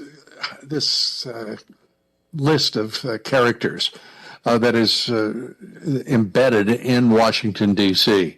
This is the Obama administration, the third term, isn't it? If only. I mean, you look back at the Obama years, I mean, certainly they weaponized agencies, the IRS and EPA, against their political foes. But I can't imagine Obama even getting away with all of this. January 6th has such a taint to it. It was so poisonous for any Republican early on to touch and to say anything but it was an insurrection, it was a riot. Kevin McCarthy went to the floor and said that Donald Trump was responsible for this. What people were afraid of, I truly believe, was the big lie that was established first and put and repeated endlessly in the national corporatist media. And we all have to acknowledge who they are. These are corporations, billion-dollar corporations that once were U.S. multinationals. Now they're global multinationals, and their allegiance isn't to anything American. You can't rationalize who the owners of all this media is. 95% of it is left wing, and corporations now they have adopted Marxist philosophies through their HR departments, through their leadership, whether it's wherever it's Larry Fink or whomever on Wall Street pushing ESG and all of this nonsense. We are being overwhelmed in this country with the madness of Marxism, and and we just don't even acknowledge it in our own discussions sometimes. And when I say our own, I'm talking about those of us who are patriotic, who are conservative, who are independent, who are Republican. Do you not agree? Yes, absolutely. The betrayal it's on many levels here. But look, I will say, getting back to what we can consider some encouraging news, is that I think the January 6th narrative is unraveling very quickly. And you could see the panic in the media, especially after Tucker Carlson played some of those clips that very clearly debunked compelling narratives about that day. You see the presence, the bombshell revelations about FBI informants coming out in the Proud Boys seditious conspiracy trial. You see, one thing that blew me away, Lou, is the song at the January 6th choir. The men who were incarcerated in the D.C. Gulag, I reported on this in the spring of 2021. They called me at home, and I recorded it. Singing the national anthem every night at 9 o'clock. So they recorded that with an overlay of Donald Trump doing the Pledge of Allegiance. It sprung up to number 1 on Spotify, then on Billboard, taking out, artists like Morgan Wallen and Taylor Swift. And you see him making this sort of a campaign issue. He talks about it during his rally over the weekend. So Republicans are going to come kicking and screaming to confront the horrors of January 6th, the lies, and the falsehoods about it, and everyone who's been involved in manufacturing that, because this is such a big issue, I think, for the base. Now, I have to confess, I haven't seen Tucker Carlson's show in some time, a couple of weeks at least. I saw the initial video. Has there been any since then? There's not been more video released. I don't know if Tucker's team has more clips that they're kind of holding on to. I think the good thing about the clips that were initially aired is that, you can't just show the clip, right? You have to tell the story with it. Mm-hmm. So telling the entire travesty of what happened to Jacob Chansley, not just that he was lured around this building, but that he spent 300 plus days in solitary confinement until the DOJ tormented a plea deal out of him on a nonviolent felony obstruction of an official proceeding, and then sentenced to 41 months in jail. That's that all came into context. So I don't know if his team has more, but I do know the House members are looking at that video.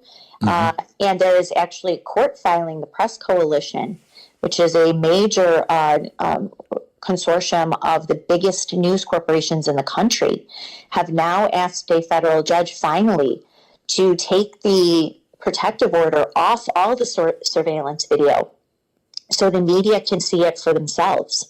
And that's pending before Judge Rudy Contreras right now. He might rule on that soon. That will be another game changer. What kind of judge is he? Well, Rudy Contreras, you might remember, was the judge who signed off on Mike Flynn's plea deal and then recused himself because text messages between Peter Strzok and Lisa Page revealed that he was either friends or neighbors with Lisa Page. So he recused himself from the Flynn case. He also sat on the FISA court. He did not sign any of the FISA warrants against Carter Page, but he was on the FISA court. He hasn't managed a lot of big cases, but he's got a pretty significant one before him right now, a man named William Pope, who is defending himself. And he's actually making some really good headway against the government right now. And that's why the Press Coalition joined his case to basically say, okay, the time's up. It's been over 2 years. We want to see all the surveillance footage. And he has to beg for that. I mean, this is madness that we consider that, frankly, some sort of progress. This is an outrage. 2 years in the making. These people caught up as political prisoners of a party that once called itself democratic. Then they try to play that like they're progressives. They're nothing more than authoritarian, totalitarian Marxists, and they're loving this. They're absolutely loving it. Chuck Schumer is in his heyday, and with him now in something of her leisure, Nancy Pelosi. We are watching the vilest display of indifference to the lives and the families of American citizens. I could never have imagined this in America, Julie, ever. And no one is doing a thing. Is there any, and I know you've got to be more frustrated than I am. But for us to be helpless in the face of wanton totalitarianism and Marxism on display without apology, without shame, I don't understand what this country's come to. I really don't.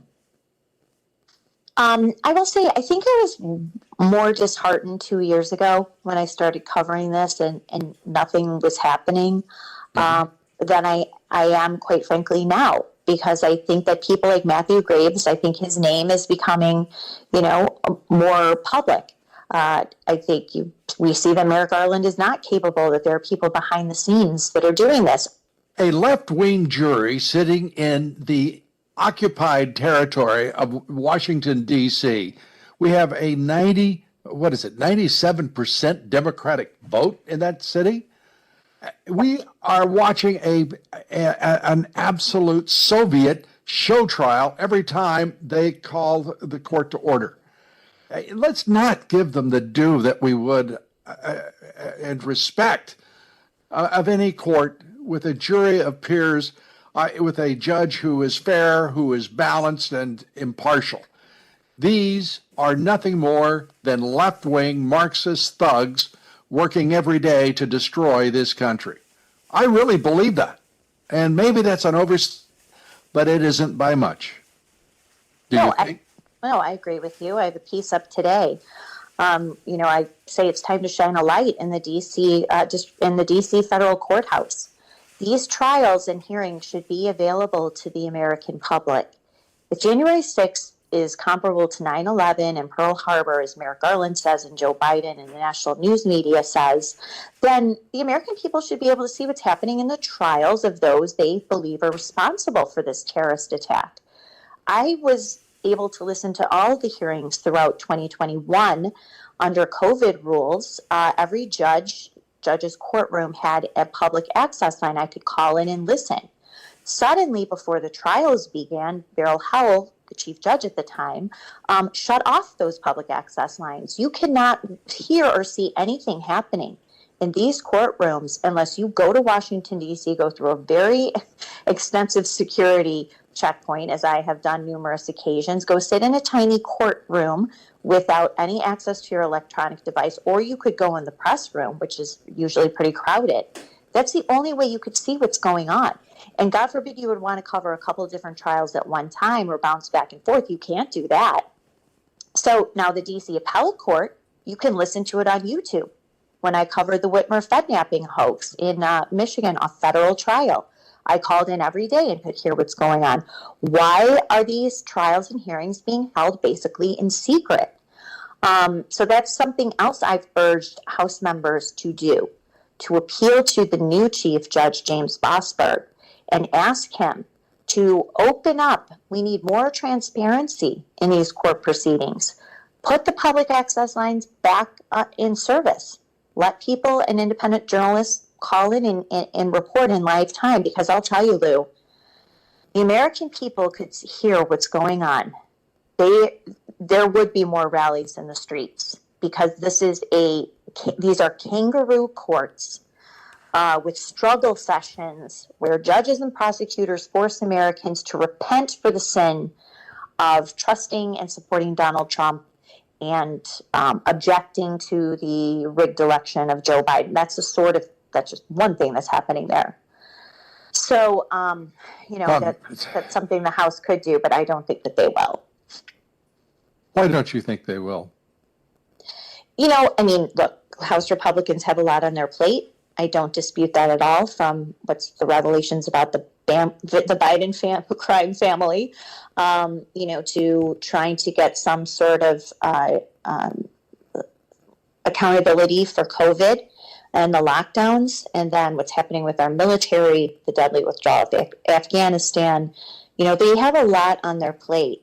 But I would argue, aside from the open border travesty, January 6th and this January 6th prosecution is the biggest crisis in America right now, because we are setting precedents, including, as I said, the complete destruction of executive privilege for a United States president. That is what these judges are doing. When you take away executive privilege claims for your own attorneys, for your vice president, your chief of staff, your national security advisor, your director of national intelligence, this has happened to House Republicans like Scott Perry. The FBI just snatched his cell phone out of his hand the day after the Mar-a-Lago raid. Extracted its contents, gave it back to him, and he's fighting to get it back. And Beryl Howell said, no, you don't get executive privilege claims for this because under the speech and debate clause, simply because you're a member of Congress.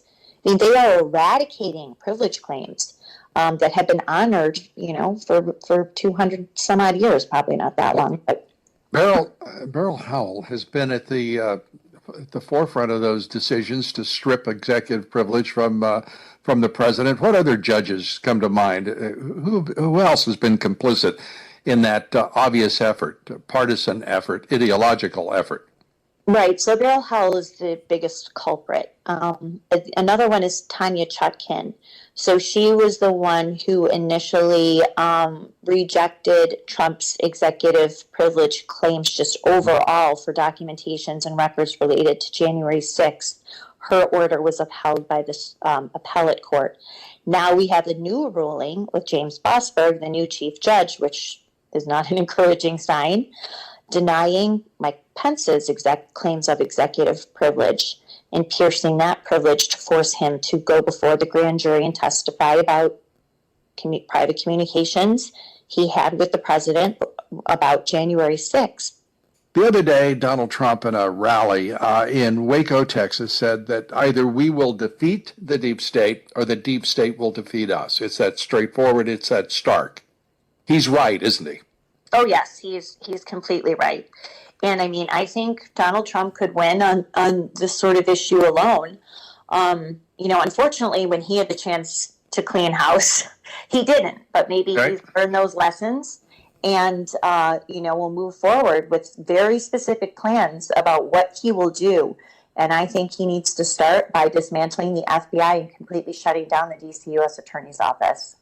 Yeah, and I think stripping out the Department of Justice wholesale. It is a den of vipers in every quarter of that department.